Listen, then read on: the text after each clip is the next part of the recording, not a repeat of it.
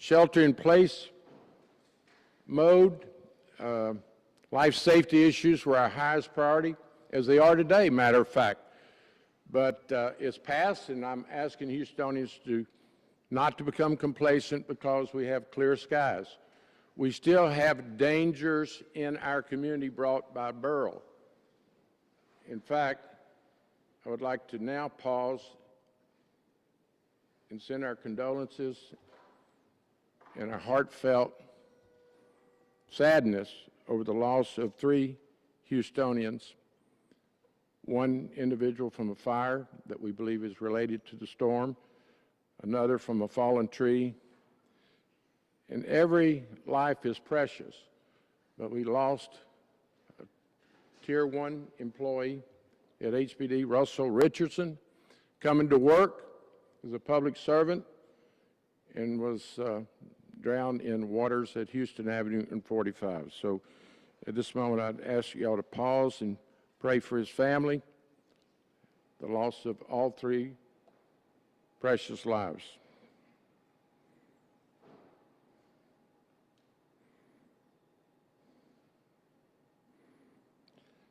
Amen. We just left the nerve center of the emergency center. You see this team behind me of dedicated professional first responders, public servants at every level of government. I have never been more proud and excited to be a part of an operation that is so committed to each and every Houstonian, each Harris County resident, and in fact, every resident of the state of Texas. We're doing everything possible to restore individuals' lives, their property, to situation and conditions prior to Beryl. Public safety being our highest priority. And let me just also emphasize, right behind public safety is restoring city and county services with the highest priority of electricity and energy. We're doing everything we possibly can to see that your electricity is restored. It affects everything we talk about today. Our safety, our work, our church, our families, our education. So yes, we're in constant touch with CenterPoint. We're holding them accountable. I talk to their administrators every 4 hours for an update. And I'm convinced that we're going to continue to push CenterPoint to do everything possible. They want the power restored. And they brought in an additional thousands, over 10,000 now workers. We started talking to them prior to the storm. They had to get the 10,000 personnel in place from across the nation. They were headed this way. And then they got here and they had to be pre-positioned. So, yes, we are holding CenterPoint accountable. I've had a commitment from them that they will restore over 1 million users of electricity by this time tomorrow. Huge goal, but I'm confident if we will all work together, we'll get there. Now, back to Houstonians and what you can do. There are still high water areas. There's still down debris. Particularly, I ask Houstonians after dark, stay at home if at all possible. We have traffic lights down across this city. You cannot travel at night, go through an intersection where there's a down light and not expose yourself and others. So please, limit your transportation, limit your traveling to essential travel after dark. Let me also assure you that after darkness is also dangerous because people will take opportunities. We have HPD totally mobilized, everyone in the department, all hands on deck to protect our property and our lives. They are also being assisted by state troopers that are coming in, protecting our property, looking at some of the most vulnerable neighborhoods and retail stores, such as pawn shops, other areas that we know individuals will pray. If you're a criminal out there, let me send a message on behalf of everyone that can hear my voice. Don't think about it.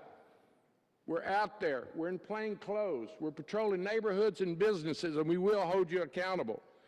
Now, this doesn't happen just with city resources. I've never seen in my 50-plus years of public service the collaboration of every level of government. We have County Commissioner Tom Ramsey here, Adrian Garcia.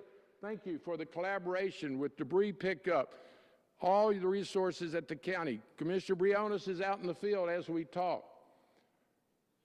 Congressman Wesley Hunt's represented here. I cannot tell you how proud I am that our city councilmen are working with the mayor's office. Councilman Kamen, Ramirez, Peck. We're all in this together. Now, let me emphasize how important the state of Texas is. I said when I got elected that the state of Texas and Houston will work together like never before. Today, we have in our nerve center, our operations centers, the acting governor of the state of Texas, our lieutenant governor, Dan Patrick. He has brought with him Nim Kidd, the best emergency center operative in the country. Just in the meeting today, we're getting additional resources in the form of ambulances and other resources. And Governor Patrick, I will yield to you to give us a status report as it relates to the state of Texas, Houston, and even the White House. I yield to you at this time. Thank you, Mayor. First of all, I've known Mayor Whitmire for a long time. He is action-oriented. He doesn't take no for an answer. And if someone doesn't have an answer, he tells them to go find one and a solution. And he and I are alike on that. I don't take no for an answer either. If there's a problem, let's find a way to fix it. And when it comes to life and death issues, fix it as quickly as we can. So the mayor and I started talking several days before the storm hit because we both had a concern it could come closer to Houston than was originally predicted. On July 4th, just last Thursday, it was headed to Mexico, according to all the weather forecasters, and to the Rio Grande Valley. And it started moving, and the more it moved, the more we talked, the more we prepared at the state, the more he prepared at the city.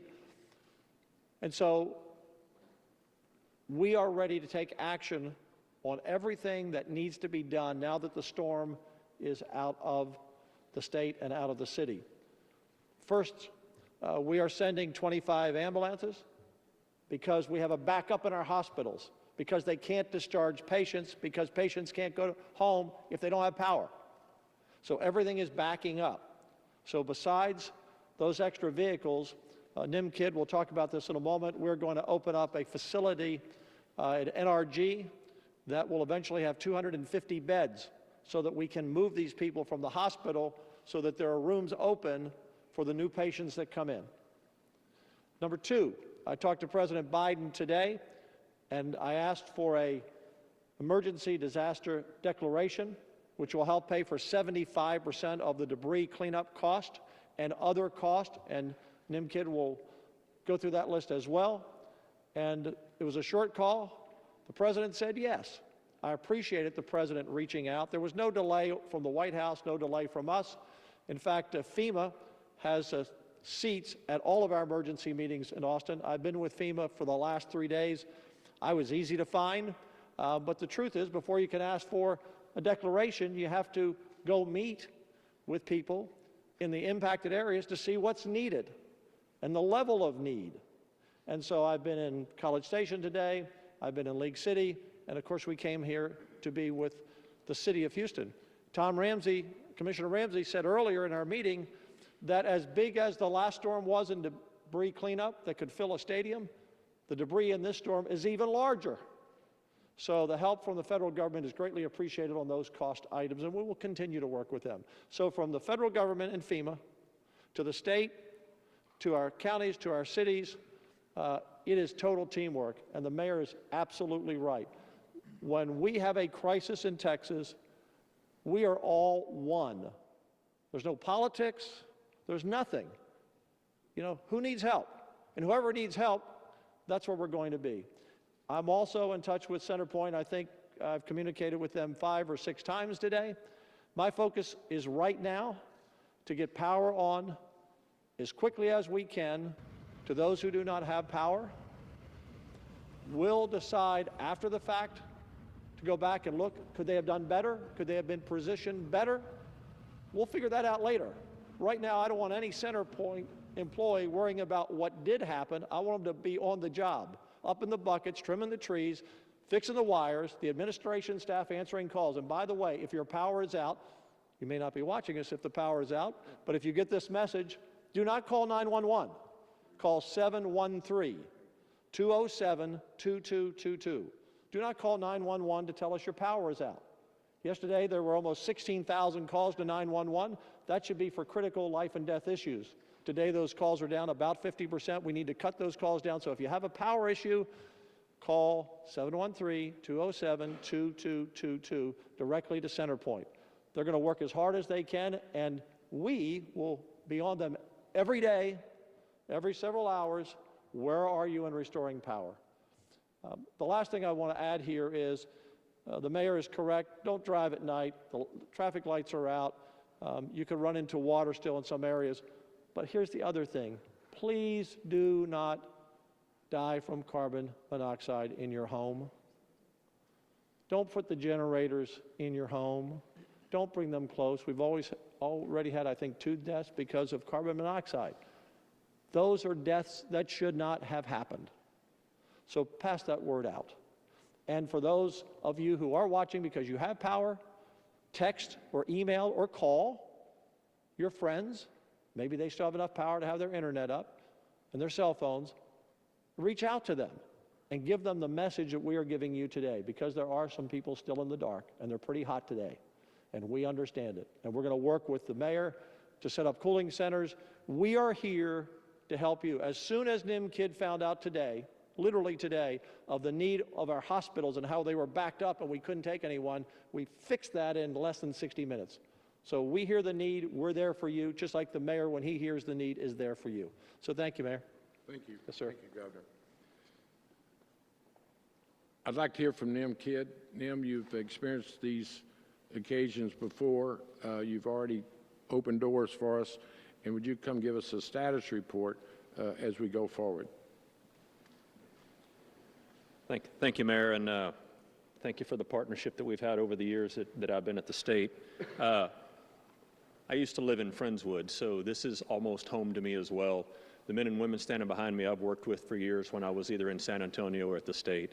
Listen, you've got a great team here that's doing amazing work. Our job is to support them and support their resource requests, and that's exactly what we're here to do. We do not make decisions for the city or the county, but we support their direction. The additional ambulances coming in, as the governor said, will help alleviate some of the wall times that your current 911 system is experiencing. And then working with the hospital systems, I talked to the Texas Hospital Association a few minutes ago. They've asked for this additional resource to help load balance the hospital needs of the community.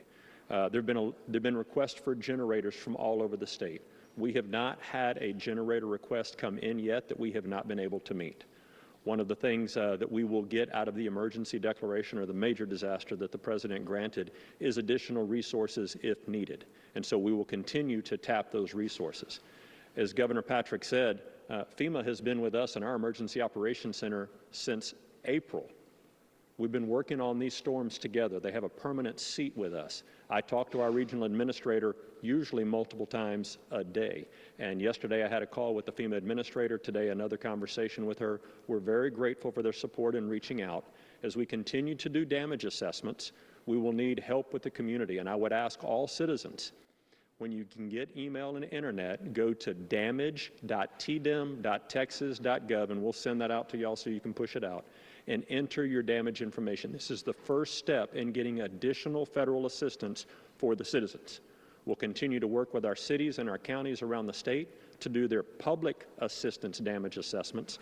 We typically need $54 million of uninsured government cost and loss before the president can grant a declaration. I do believe we will exceed or have already exceeded that threshold. I'm grateful for the actions of the governor and the president today to expedite that process for us all, and we'll continue to work as one team to get this solved. Thank you, Mayor. Thank you, Nim. As you can hear from these expressions, we are currently in an assessment mode, and we will enter very shortly in a recovery mode. But we have to do the assessment first to place a value on our losses, also so we can know where to improve our resource implementation. So at this time, one of our key department heads is obviously our chief of police. Chief Satterwhite, would you come give us a status report in terms of the priorities of HPD and how the public can assist in this effort? Thank you, Mayor. The first thing I'd like to do is just to thank everybody for your outreach. You know, losing one of our team members is never easy, and we lost Russell yesterday. But the outreach from the public has just been amazing. You know, we have a great team, the officers. We're going to take care of them. We're going to take care of Russell's family and honor him. But thank you all in the public for what you have said and your outreach. So we were ready for the storm. We had pre-positioned resources, pre-positioned boats, high water rescue trucks. Everybody was leaning in. And then yesterday when it hit, we went right into response mode. I think we did 56 rescues of people that got caught in high water. So that was our teams out there doing their job. Our officers were leaned in, responding. We brought everybody in uniform, and they just really performed remarkably yesterday through the storm. So I'm really thankful for that. But as of today, this morning at 6 a.m., we converted over to a full mobilization. We did not know we did not anticipate the amount of power that we would lose. And quite frankly, the city is very dark right now. And CenterPoint, I know, is working as hard as they can to get the power back on, get the lights back on. But it is a dangerous situation, especially at night. So we made the decision yesterday, which is how we would normally do it, post the storm after we see what we were hit with. And we have very quickly moved over to full mobilization today. So you have your entire police department working. Basically, half of it is working day shift and half of it is working night shift. And it will continue in that posture until we think that it is safe enough and appropriate when we get power back on and our neighborhoods, our vulnerable neighborhoods and our communities and everybody is safe. We will stay in that posture and then until we demobilize until that time. I will, the mayor mentioned something about the predators that will go out. Sadly, we do have people that will go out and try to take advantage of this situation. We had them go out last night and we made arrests. We made arrests for burglary, and those individuals, once they've cleared a couple of the processes through the DA's office and for charges, we will actually put their pictures out because we want the public to know that we will hold those who are going out there and harming others accountable. Your police department is going to work for you in that regard. Finally, again, it was mentioned what you could do to help. Obviously, if you see anything suspicious, let us know. 911, correctly said, is not for my power is out, but it is for anything where you think there's something suspicious or somebody is being harmed or anything is going on. Last night, we had a disturbance call where we had 2 officers respond because a suspect was assaulting 2 elderly persons at an apartment complex. Those officers showed up, which is what we do within minutes, got on the scene, and were directed to where he was. And when they moved around, he was armed, and he opened fire on them, striking one of our officers. Thank God he is in stable position. Another update from the city of Houston. Mayor John Whitmire now speaking. Our police chief, acting police chief Larry Satterwhite. Power is still the priority here. A lot of talk about safety as well.